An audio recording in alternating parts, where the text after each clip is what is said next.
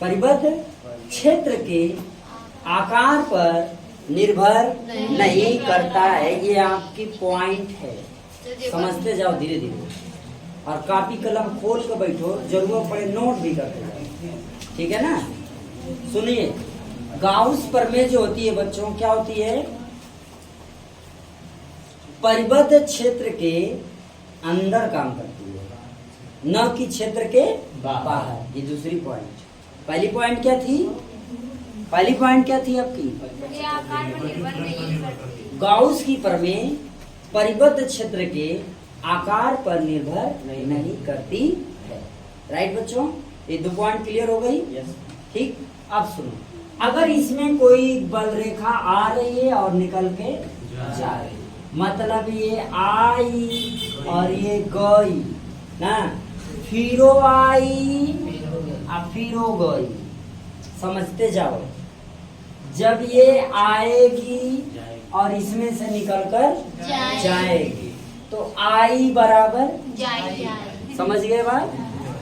यानी कि ये वैद्युत फ्लक्स रेखा इसमें आई, जय गो आई तय गो निकल के चली गई। तो क्या इसमें गाउस प्रमेय लगेगा? नहीं लगेगा। समझ में आई का? नहीं। फिर से सुनो, हमने कहा वैद्युत क्षेत्र रेखा इसमें आई, किसमें आई? इस बंद फ्लक्स है, यानी कि बंद क्षेत्र में, परिबद्ध क्षेत्र में ये आई और यहाँ से आने के बाद पुनः निकलकर चली गई, तो इस पे गाउस का नियम नहीं लगेगा। समझ गए? गाउस का नियम तभी लगेगा जब इसके अंदर उपस्थित होगा। बाहर गया, बात खत्म। आ गया? इतनी बातें समझ में आएगी बच्चों की नहीं आ गई? क्या आगे बढ़ा जाए? अब समझिएगा एक बात ध्यान से। जब किसी आवेश को परिबद्ध के अंदर रखा जाता है, जब किसी आवेश को परिबद्ध के अंदर रखा जाता है, ठीक है, तो उस पे जो क्या होता है, वैद्युत क्षेत्र रेखाएं होती हैं, ये बाहर की ओर जाती हैं, ये बाहर की ओर जाती हैं, ये बाहर की ओर जाती हैं। समझ में आई का? बोली थी नो। ठीक। अगर आवेश परिबद्ध क्षेत्र के अंदर है तो उसकी जो वैद्युत क्षेत्र होता है, यानी ई होता है, वो कहाँ जाएगा? बाहर। वो कहाँ जाएगा? बाहर। समझ में आया कि नहीं आया? मैंने क्या बोला? यहाँ समझो, यहाँ आवेश है, जो इसकी क्षेत्र रेखा होगी, यानी कि वैद्युत क्षेत्र होगा, वो इस आवेश की क्या होगा? विपरीत होगा, बाहर की ओर जाएगा। ये जो आवेश होगा वो कैसा होगा? धनात्मक। ठीक है, जो वैद्युत क्षेत्र होता है वो धनात्मक आवेश से दूर भागता है। धनात्मक आवेश से कहाँ रहता है? दूर भागता है। इसलिए इस पे जो प्लस क्यू आवेश है, इसके कारण वैद्युत क्षेत्र रेखा यहाँ यहाँ यहाँ यहाँ यहाँ यहाँ लगेगी। समझ गए बात? अब देखो, जब इसकी गणना करोगे तो पूरे की तो गणना करोगे नहीं। ये पूरा बच्चा का है सरफेस, पूरा का है सरफेस। सरफेस एस के लिए फाई ई बरोबर क्या हो जाएगा? ई इंटू ए। पूरे के लिए, किसके लिए? पूरे के लिए। वो भी क्या रहेगा? cos theta. समझ आ रहा है? अब बात यहाँ समझना है कि ये cos थीटा क्यों लगा। इसके पहले आपने पढ़ा ना, तो फिर क्यों पूछे? अच्छा, इसके पहले हम लोगों ने फ्लक्स, वैद्युत फ्लक्स पढ़ा। वैद्युत फ्लक्स इसीलिए हमने आपको पहले पढ़ाया क्योंकि गाउस का प्रमेय जो है वो वैद्युत फ्लक्स पे ही डिपेंड करता है। क्या इतनी बात समझ में आई? सर जी, वो प्लस क्यू जरूरी है, माइनस क्यू नहीं हो सकता। सर, अगर आप माइनस क्यू रखेंगे तो जो वैद्युत रेखाएं हैं, ये वैद्युत जो क्षेत्र है, इनका में चिपक जाएगी और कहानी वहीं पे खत्म। गाउस की प्रमेय फिनिश। आगे समझ में? गाउस प्रमेय चाहिए कि ना? जब चाहिए तो प्लस क्यों रखा जाए, ठीक है? समझ में आ गया? चले अब ध्यान देना बच्चों, ध्यान से समझोगे तो सारी बात समझ में आएगी। देखो ये पूरे के लिए है, अगर इसमें अल्पांश लिया जाए, क्या लिया जाए? अल्पांश बोले तो छोटी छोटी बिंदु, क्या लिया जाए? छोटी छोटी बिंदु। तो बचवा ये हो जाएगा phi is equal to E into del A cos. Okay, जब अल्पांश लिया जाए। अब यहाँ पर थोड़ा और समझते हैं, ये जो हमने लिया है, मान लो कि इस क्षेत्र पर हमें क्या करना है? गाउस की प्रमेय निकालना है। इस क्षेत्र पर फ्लक्स ज्ञात करना है। गाउस प्रमेय बोले तो फ्लक्स, गाउस प्रमेय बोले इस बिंदु पर फ्लक्स ज्ञात करना है, या फिर समझ लीजिए कि गाउस की प्रमेय ज्ञात, ठीक है? समझिएगा। तो बाबू ये का होगा? डेल एल का होगा? डेल एल, हाँ कि ना? यहाँ पर जो वैद्युत क्षेत्र होगी वो ई होगी, ई होगी, समझिएगा। तो ये क्या है? यहाँ पर जो ये आ रहा है, डेल एल आ रहा है, वो क्या है? वैद्युत क्षेत्र की दिशा में। कहाँ है?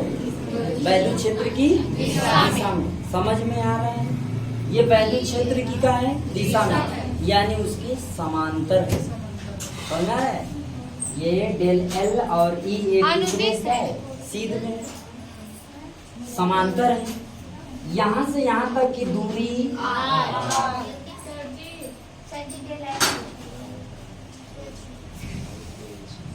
आगे लग डेल का।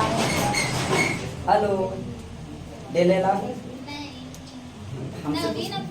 हमसे पूछवाना है, बंदर लगभग उनसे पहले हम डिस्टर्ब होते हैं। एक नहीं खाली बोले कर सर इसमें डेल एल का है, क्लियर हो जाता है। गलत करते, गलत करे बच्चों। हाँ तुम देखो डेल एल क्या है? एक छोटी सी अल्पांश है, एक छोटी सी दूरी है। समझ गए? इधर देखो, इधर इधर इस पूरे बद्ध क्षेत्र का एक छोटा सा भाग डेल एल। आ गया? क्लियर हो गया यहाँ तक? इसमें किसी को कोई दिक्कत है या नहीं? नहीं है। चले बच्चों बढ़ा जाए। एक बार सावधानी से फिर से देखो, पूरा मिटा देगा। यहाँ देखो, ये पूरा एक क्या है? परिबद्ध है। और यहाँ पर हमने प्लस क्यू आवेश लिया। प्लस क्यू आवेश इसलिए लिया कि जहाँ प्लस क्यू आवेश होता है उसके विपरीत वैद्युत क्षेत्र लगता है। आपको मालूम है? अरे सुना ना, देखा ना, ए है चुंबक मान लीजिए। यहाँ से बच्चों क्या होता है? वैद्युत क्षेत्र रेखाएं निकलती है और माइनस की ओर जाती है। यहाँ से प्लस से निकलती है, माइनस मान लो ये पॉजिटिव है, निगेटिव है। तो ये प्लस से निकलती है और माइनस की ओर, इतनी बात समझना है? ये आके इसमें मिल गई, ये आके इसमें मिल गई, और ये इधर चली गई, ये इधर चली गई। क्लियर है? अब मान लीजिए यहाँ पर हमने एक चुंबक रख लिया है, आवेश रख लिया है। यहाँ से वैद्युत क्षेत्र किधर लगेगा? इधर बाहर की ओर लगेगा, इसीलिए हमने प्लस रख लिया। अब आगे चले, आगे क्या ये बात समझ में आई बच्चों? यस या नो में जवाब। चलो आगे बढ़ते हैं।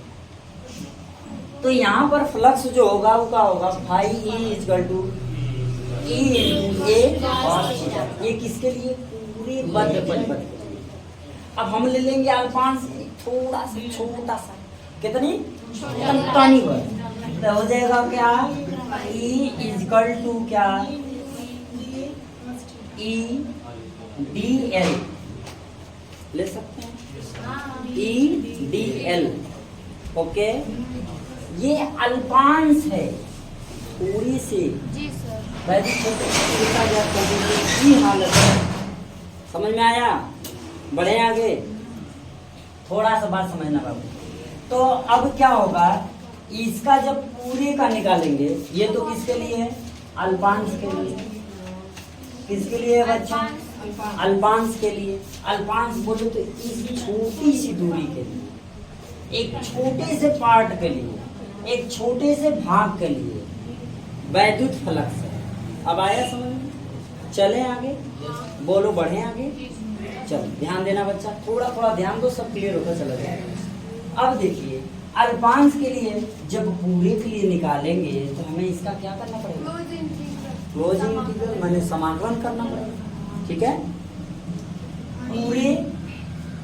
पूरे क्षेत्र के, पूरे क्षेत्र के लिए समझते रहिएगा बच्चों। किसके लिए? पूरे क्षेत्र के लिए। जब पूरे क्षेत्र के लिए निकालेंगे तो मतलब ये पूरा होगा, छोटा छोटा अल्पांश इसमें जुड़ेगा बबुआ, जुड़ेगा कि ना जुड़ेगा? तब क्या हो जाएगा देखो, तब हो जाएगा क्या होगा? Del phi E equal to whole integral, ठीक है, क्या हो जाएगा? फाई, इसी का ना पूरा करेंगे, ठीक है। अरे ये पूरे के लिए है और ये अल्पांश के लिए लिखे हो ना, आया समझ में? तो अब क्या हो जाएगा समझते रहो। तो यहाँ पर क्या हो जाएगा बच्चों? फाई ई इजकल टू, अब देखो इसका फार्मूला ये है, तो क्या हो जाएगा? E into D. अब समझिए, ये छोटा छोटा पूरे एरिया का लेंगे तो पूरा क्षेत्रफल क्या हो जाएगा? ए। पूरा क्षेत्रफल क्या हो जाएगा? हमने ये छोटा सा लिया एल, लेकिन जब पूरे का निकालेंगे तो क्या हो जाएगा? ए। पूरी एरिया हो जाएगी ना, लिखे हो ना पूरे क्षेत्र के लिए, तो पूरे क्षेत्र के लिए पूरा क्षेत्रफल ए। अब मेरी बात समझ में आ रहा है? ठीक है बच्चों, तो यहीं पे चले एक लाइन और देखते हैं। फाई ई इजकल टू बच्चों क्या हो जाएगा? ये क्लोज इंटीग्रल इनटू क्या? ई, ठीक है। और क्या, जब डेल एल का निकालेंगे तो देखो बात समझिएगा, ये जो इसका समाकलन करेंगे, ई का समाकलन होता नहीं है, ई हो जाएगा बाहर, ई कहाँ हो जाएगा? बाहर हो जाएगा। तो अब अंदर बचेगा क्या? डेल एल बचेगा। अब इसका पूरे का निकाल लेंगे तो ई यहाँ दिखाई दे रहा है क्या? चलो यहाँ पर दिखाई दे रहा है बच्चों, ध्यान दीजिएगा। फाई ई बराबर यहाँ क्या हो जाएगा? ई बाहर है, डेल एल छोटे से अल्पांश के लिए, जब पूरे के लिए निकालेंगे तो ये पूरा ए हो जाएगा, ठीक है। तो अब ये क्या हो जाएगा? ई इंटू ए, समझ आ रहा है? ई इंटू ए, पूरे क्षेत्र का, पूरे क्षेत्र के लिए हो गया। अब समझो, ये जो पूरा क्षेत्र है कैसा है बाबू? गोल है। ये पूरा क्षेत्र कैसा है? गोल है। तो लिखेंगे क्या? गोले का आयतन। गोले का आयतन कितने लोगों को मालूम है? क्या ये दिखाई दे रहा है बच्चों? ये स्पष्ट दिखाई दे रहा है, ठीक। गोले का आयतन क्या होता है? 4 पाई आर क्यू होता है कि स्क्वायर? 4 पाई आर स्क्वायर होता है क्यू? स्क्वायर। इधर गोले का क्षेत्रफल है, न कि इसका आयतन। सॉरी,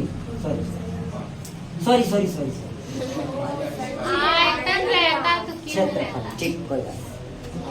गोले का क्षेत्रफल होता है पाई आर स्क्वायर, ठीक, 4 पाई आर स्क्वायर। कितना पाई आर स्क्वायर? तो होगा क्या? पाई ई इजकल टू क्या हो जाएगा बच्चों? ई इंटू ए का मान कितना है? 4 पाई आर स्क्वायर। हो गया क्या? ठीक है। अब मेरी बात समझना, जहाँ ई लिखा हुआ है, ई बराबर एक फार्मूला होता है, शायद आप लोग नहीं पढ़े होंगे। ई बराबर होता है, ध्यान से समझिएगा, के क्यू बाई आर स्क्वायर। ये फार्मूला आप लोग नहीं पढ़े होंगे, नोट कर लीजिएगा, ठीक है। जहाँ ई बराबर विद्युत क्षेत्र का ही फार्मूला है, जहाँ ई बराबर के into Q by R square formula होता है। वेरी गुड, बहुत अच्छा। सन अरे सन जी पढ़े हो, अच्छी बात है। देखो अब चले आगे। हाँ, के इसमें नियतांक है, Q Q आवेश है, R इसके बीच की दूरी है। ठीक है, तो E बराबर के क्यू बाई आर स्क्वायर हो गया बच्चों। मुझे लग रहा है आगे बढ़ना चाहिए। नहीं चले जाए, ध्यान दो। अच्छा, आप थोड़ा सा इसको नोट कर ले तब आगे बढ़ते हैं। ठीक है, फटाक से नोट करिए। आ जाओ, देखो सरसरी निगाह से देखते हैं। कौन निगाह से? सरसरी मतलब जल्दी जल्दी देखा, यहाँ देखा। ये प्लस क्यू आवेश है क्षेत्र के अंदर। ये प्लस क्यू आवेश के कारण वैद्युत क्षेत्र की तीव्रता जो होगी वो क्या होगी? परिबद्ध से बाहर, परिबद्ध क्षेत्र से बाहर की होगी। जिसमें हमने इस दूरी पर यानी 500 दूरी पर हमने क्या किया? वैद्युत क्षेत्र यानी वैद्युत फ्लक्स ज्ञात करने की कोशिश की। तो वैद्युत फ्लक्स यहाँ पर क्या हो जा रहा है बच्चों? यहाँ पर देखना क्या है? Del phi E equal to क्या? E into del L. ये किसके लिए? अल्पांश के लिए, मतलब इसके लिए। ठीक, पूरी के लिए क्या है? ई ए कॉस थीटा। अब ये समांतर है, ये क्या है? समांतर है इसके, तो थीटा बराबर 0 अंश, कॉस 0 अंश का मान 1 होता है। ठीक है बच्चों, इसलिए यहाँ पर क्या हो गया? Phi equal to E A, right है। अब यहाँ पर ये समाकलन वगैरह कर लेंगे आराम से, ये मिल जाएगा। समझ में आई बात? बच्चा समझ में आ रहा है? आगे बढ़ा जाए। देखो थोड़ा सा कठिन है, थोड़ा सा ध्यान लगाएंगे तो एकदम सरल हो जाए। कुछ है या ना है? का है? कुछ है? एक को लाइन ऐसा है जो कठिन लगा। तो का है? वो तो हम कह रहे हैं कुछ है का इसमें? कुछ ना है। ये ईट खाली ये डेलियल है, एक समाकलन कर देना, वो पूरा क्षेत्रवा का लिख लेना, हो गया। हो गया। अब गोले का क्षेत्रफल क्या होता है? 4 पाई आर स्क्वायर। अब यहाँ पर इसको रख लेंगे, जहाँ ई बराबर क्या होता है? के क्यू बाई आर स्क्वायर। इसको मान लीजिए समीकरण 1। क्या मान लेंगे? समीकरण। अब इसको हटाते हैं और फिर आगे थोड़ा सा बढ़ते हैं। ठीक है बच्चों, देखो समीकरण 1 में क्या किया जाए? ई का मान रख लो। क्या किया जाए बच्चों? समीकरण 1 में ई का मान लिख देंगे प्रेम से। क्या? समीकरण 1 में, अच्छा मार्कर से लिखे, ठीक है। समीकरण 1 में क्या करने पर? ई का मान रखने पर। कैसे रखने पर? रखने पर। ध्यान दो, अब इसे रखा जाए तो क्या होगा? ध्यान दीजिएगा। फाई ई इजकल टू, ध्यान दीजिएगा क्या हो जाएगा? ई ए, ई की वैल्यू क्या है? के क्यू बाई आर स्क्वायर। लिख दो बच्चों, के क्यू बाई आर इंटू ए की वैल्यू क्या है? 4 पाई आर स्क्वायर। ये हो गया 4 पाई आर हाई आर स्क्वायर से कट गए बच्चों। अच्छा प्यारे बच्चों, आप लोग कूलाम के नियम में पढ़े हो के बराबर 1 पाई पढ़े है ना? तो बच्चों phi is equal to 1 by 4 pi epsilon not into Q into 4 pi. 4 pi से 4 पाई जाए कट, तो phi equal to Q by epsilon. ये हो गया गाउस प्रमेय। समझ में आया? ई का हो गया गाउस प्रमेय। अब समझो गाउस की प्रमेय लिखेंगे कैसे? ठीक, किसी बंद या किसी परिबद्ध क्षेत्र में उपस्थित क्या? आवेश।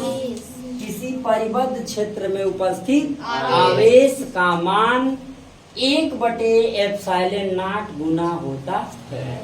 ठीक है, ये हो गया गाउस की प्रमेय की परिभाषा। किसी परिबद्ध क्षेत्र के अंदर, किसी परिबद्ध क्षेत्र के अंदर उपस्थित आवेश, उसमें क्या 1/एप्सिलॉन नॉट के क्या होता है? बराबर, गुणनफल के बराबर। ये होता है गाउस की प्रमेय और ये है उसकी परिभाषा। समझ में आ गया बात? एकदम आराम से समझो। गाउस प्रमेय क्या होता है? किसी परिबद्ध क्षेत्र के अंदर आवेश Q, ठीक है, तथा 1/ε0 के गुणनफल के बराबर होती है गाउस की प्रमेय। राइट है, समझ में आ गया बच्चों? ये इसी को कहते हैं गाउस। अभी कोई कंफ्यूजन है? इसमें E0 क्या है? हाँ वैद्युतशीलता। E0 क्या है? वैद्युतशीलता। अब आ गया समझ में? हाँ बाबू, क्या कह रहे हैं?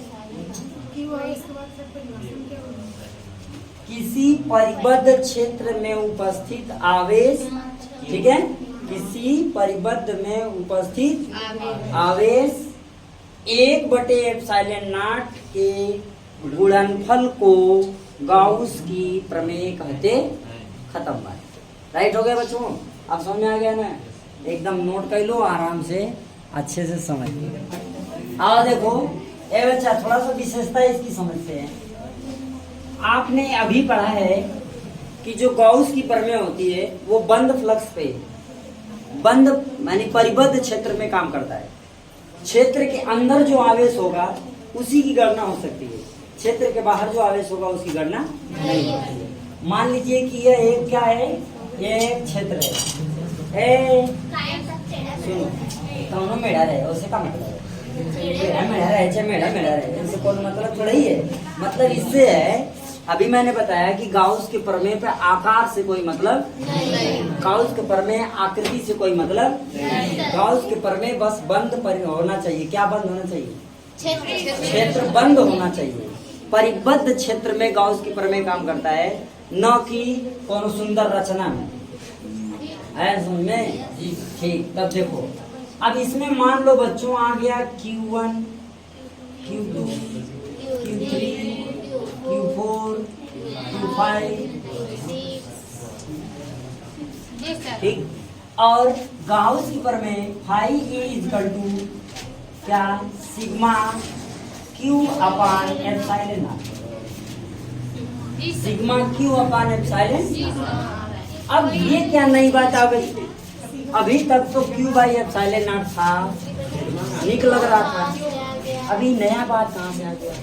अब सुनो, ए बच्चा ध्यान से समझो। हमने बताया क्या? परिबद्ध क्षेत्र के अंदर जितने भी आवेश होंगे वो सब क्या होगा? सिग्मा इसलिए लिखा गया कि क्षेत्र के अंदर कई आवेश हो सकते हैं। सिग्मा का मतलब होता है सभी आवेशों का योग, सभी आवेशों का योग। ये हो गया सिग्मा। तो बच्चों इसको हम लिख सकते हैं क्या? E = Q1, Q2, Q3/ε0। ठीक है। अब यहाँ पर नोट नंबर 1 ये हो गया। अब समझो नोट क्या है। ए बच्चा ध्यान दो इधर। नोट नंबर 1 इसमें क्या है? परिबद्ध क्षेत्र के अंदर जो आवेश होगा उसी की गणना होगी, जो बाहर होगा उसकी गणना नहीं होगी। ये नोट नंबर 1 हो गया। दूसरा नोट इसमें क्या होगा बच्चों? आकार पर निर्भर नहीं करना। आकार पर निर्भर किसके आकार पर? परिबद्ध क्षेत्र के आकार पर निर्भर नहीं करना। ये समझो, अगर इसका ये क्षेत्र है, इसमें +1 Q1 Q2 है, ठीक है। तो ये मान लो क्या हो गया आपका 5E1। अगर ये आकार कुछ ऐसा है तो यहाँ भी Q1 Q2 Q3, तो ये हो गया 5E2, ठीक। अगर ये आकार बच्चों कुछ ऐसा है, कुछ ऐसा है, तो यहाँ भी Q1 Q2 जोड़ मिले होगा का 5E3, ठीक। अगर इसका आकार ऐसा है तो क्या हो जाएगा E2। लेकिन इसके बाहर अगर कोई आवेश आ गया तो उसकी गणना नहीं होती है। क्या ये बात समझ में आया? ये 2 पॉइंट हो गई मेरे प्यारे बच्चों। तीसरी पॉइंट समझ लेते हैं जी। यही चीज आप लिख के मुझे बता दोगे बच्चों। अब देख लो तीसरी पॉइंट क्या होगी इस बात से।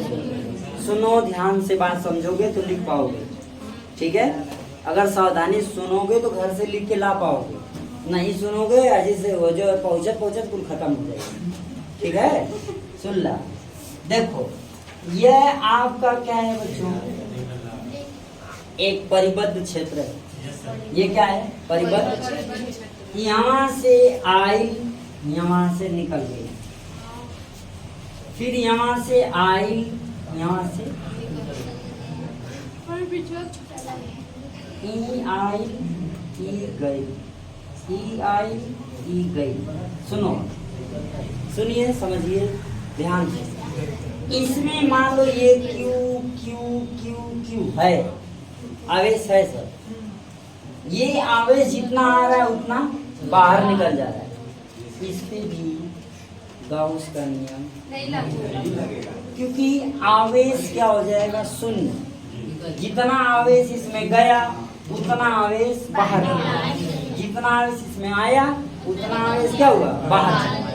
तो जितना आ रहा है उतना ही बाहर चला जा रहा है। बीच में बचा क्या, जब कुछ नहीं बचा, गाउस की प्रमेय बोलता है कि परिबद्ध क्षेत्र के अंदर जो होगा आवेश केवल और केवल उसी की गणना होगी, जो उसमें है ही नहीं तो उसकी गणना नहीं होगी। जितना आया उतना गया, तो फाई इज इक्वल टू 0/, आया। ठीक है बच्चों, कोई डाउट है, नहीं ना, समझ में आ गया। ये तीनों पॉइंट आपको अपने घर से लिख के लाने हैं बच्चों। ये फाई इज इक्वल टू 0 होगा कब, जब आने वाला आवेश क्षेत्र से पूरा निकल के बाहर चला जाएगा। ये पूरा गाउस का नियम हो गया, गाउस के नियम का प्रमेय का विशेषता हो गई। अब हमें कल पढ़ना है गाउस के नियम के अनुप्रयोग। ठीक है बच्चों, अब मिलेंगे कल।